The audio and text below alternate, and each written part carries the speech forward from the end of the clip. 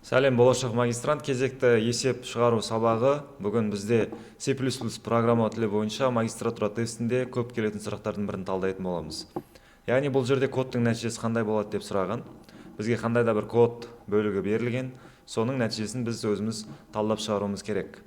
Яғни бұл жерде бізде сұраған бойынша int main бүтін санды бөліп cout арқылы бізде мәнді шығаруымыз керек. Енді бұл жердегі жауап нұсқалары бізде 2,5, Б нұсқасы 2, С нұсқасы 3, Д нұсқасы қате деп берілген екен. Енді бұл жерде бастайтын болсақ, include iostream бізде кітапхана арқылы C++ программа тілінің кітапханасы ашылады, және де ары қарай int main арқылы бүтін сандар аралығында қамтиды. Және де int a айнымалысы бізде 10-ға тең, b айнымалысы 4-ке тең. Енді осы жерде cout арқылы бізде a айнымалысын b айнымалысына бөлуіміз керек. Яғни бізде бірден ойлауларыңыз мүмкін, сіздер 10-ды 4-ке бөлген жағдайда бізде 2,5 сан шығады деген.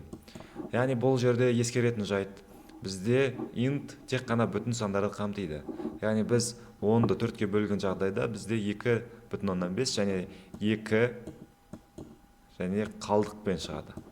Яғни бұл жердегі біздің 0,5 деген сан қалдық болып тұр. Бізге бүтін сан керек, сондықтан біз 5-ті алмаймыз. Және де жауап нұсқаларына қарайтын болсаңыздар, қате ешқашан шықпайды қате. Бұл жерде программа дұрыс.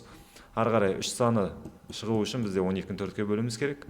Ал 2 шығуы үшін біз бүтін сандарды аламыз. Яғни бұл жердегі 2 деген дұрыс жауап, ал 2,5 бұл шатастыратын жауап нұсқасы болып саналады.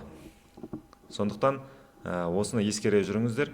Яғни бүтін сан болған кезде 2, ал егерде мына жерде бізде float болған кезде 2,5 деген жауап дұрыс болатын еді. Сондықтан осындай қатеге жол бермеуге тырысыңыздар. Келесі есептерде көріскенше.